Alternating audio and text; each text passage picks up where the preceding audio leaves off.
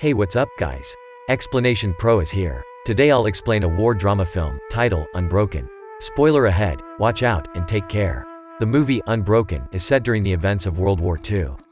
The story centers around the struggle for survival of an Olympic athlete turned soldier named Louis Zamperini in the hands of the Japanese army. The movie opens with a bombing mission on a Japanese-occupied island. Louis is the bombardier, or the one that handles the bombing operations of the B-24 plane. As they are approaching the island, they are met with resistance from the Japanese. But despite of this, Louis is able to target their bases and drop the bombs. However, as a result of the earlier battle, the B-24 plane is damaged. Luckily, the pilot, Phil, is skilled enough to land the plane despite being too fast to land on the runway, suffering only an exploded tire in the process. In a flashback, we can see that the young Louis is a misbehaving boy from Torrance, California. He steals, drinks, and smokes. Other kids pick on him because of his Italian heritage, calling him names alluding to his nationality. After defending himself from the other kids, the young Louis gets caught by a policeman, who promptly delivers Louis to his house. There, he gets scolded and punished for what he had done. While running away from someone, his brother, Pete, sees how fast Louis could actually run. Because of this, Pete urges Louis to be a runner. At first, Louis is hesitant, but after being reassured by his brother that he believes in him, Louis accepts and trains to become a runner. Growing up, Louis becomes the fastest high school runner in America during that time, earning him the nickname, the Torrance Tornado. Because of this, he becomes one of the representative athletes for the Summer Olympics in Berlin. While he only ends up in 8th place during that event, Louis still manages to set a record in the race's final lap. Back at home, Louis' family, listening through the radio, cheers for this achievement. Back to the present, Louis continues his training by running alongside a jeep. His training gets stopped when they get assigned to another mission, but this time it involves rescuing. However, the plane they are using for that mission is made up of spare parts and is, therefore, unstable. This instability of the plane becomes apparent when the engines of the plane fail mid-flight. As a result, the plane crashes down to the sea, and only Louis, Phil, and another soldier named Mac survive the crash. While aboard 2 inflatable boats, the other soldier, Mac, pessimistically believes that they are going to die, but Louis reassures him that they will be rescued eventually by the Americans. They manage at first, but when resources start to dwindle, the 3 struggles to survive in the seemingly endless ocean. When their food got depleted, they have to rely on catching their food, which includes a seagull, a fish, and eventually a shark. And, after surviving a storm, their water gets refilled by the rain.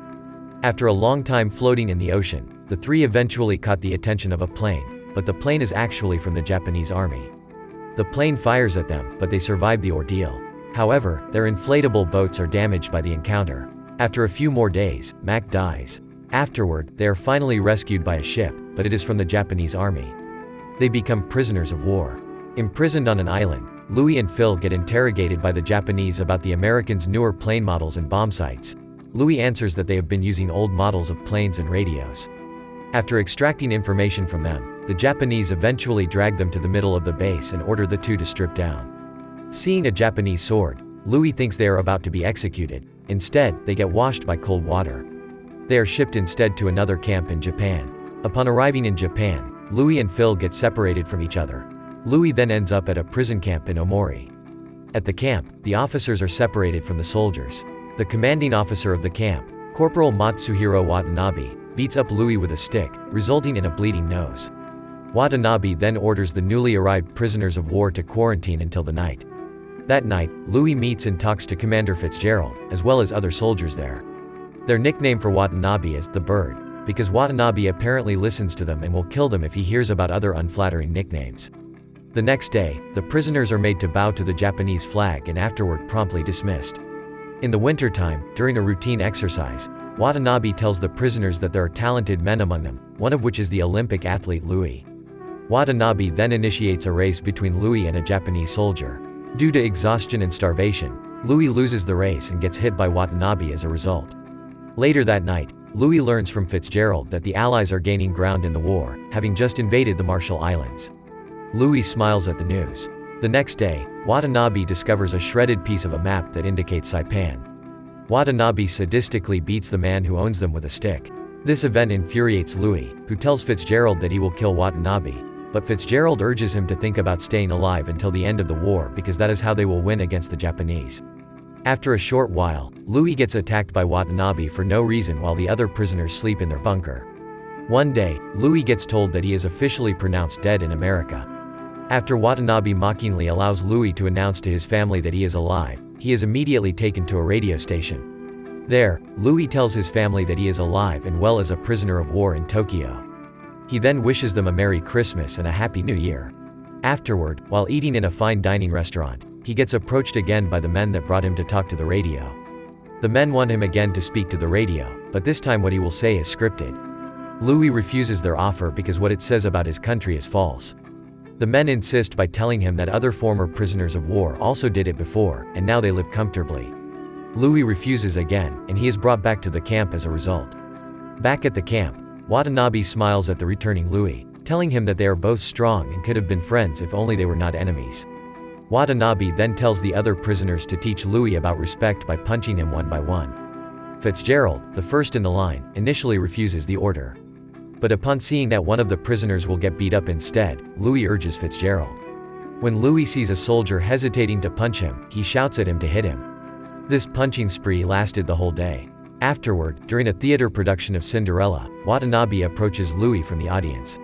Sitting beside him, Watanabe informs Louis of good news. He had just been promoted.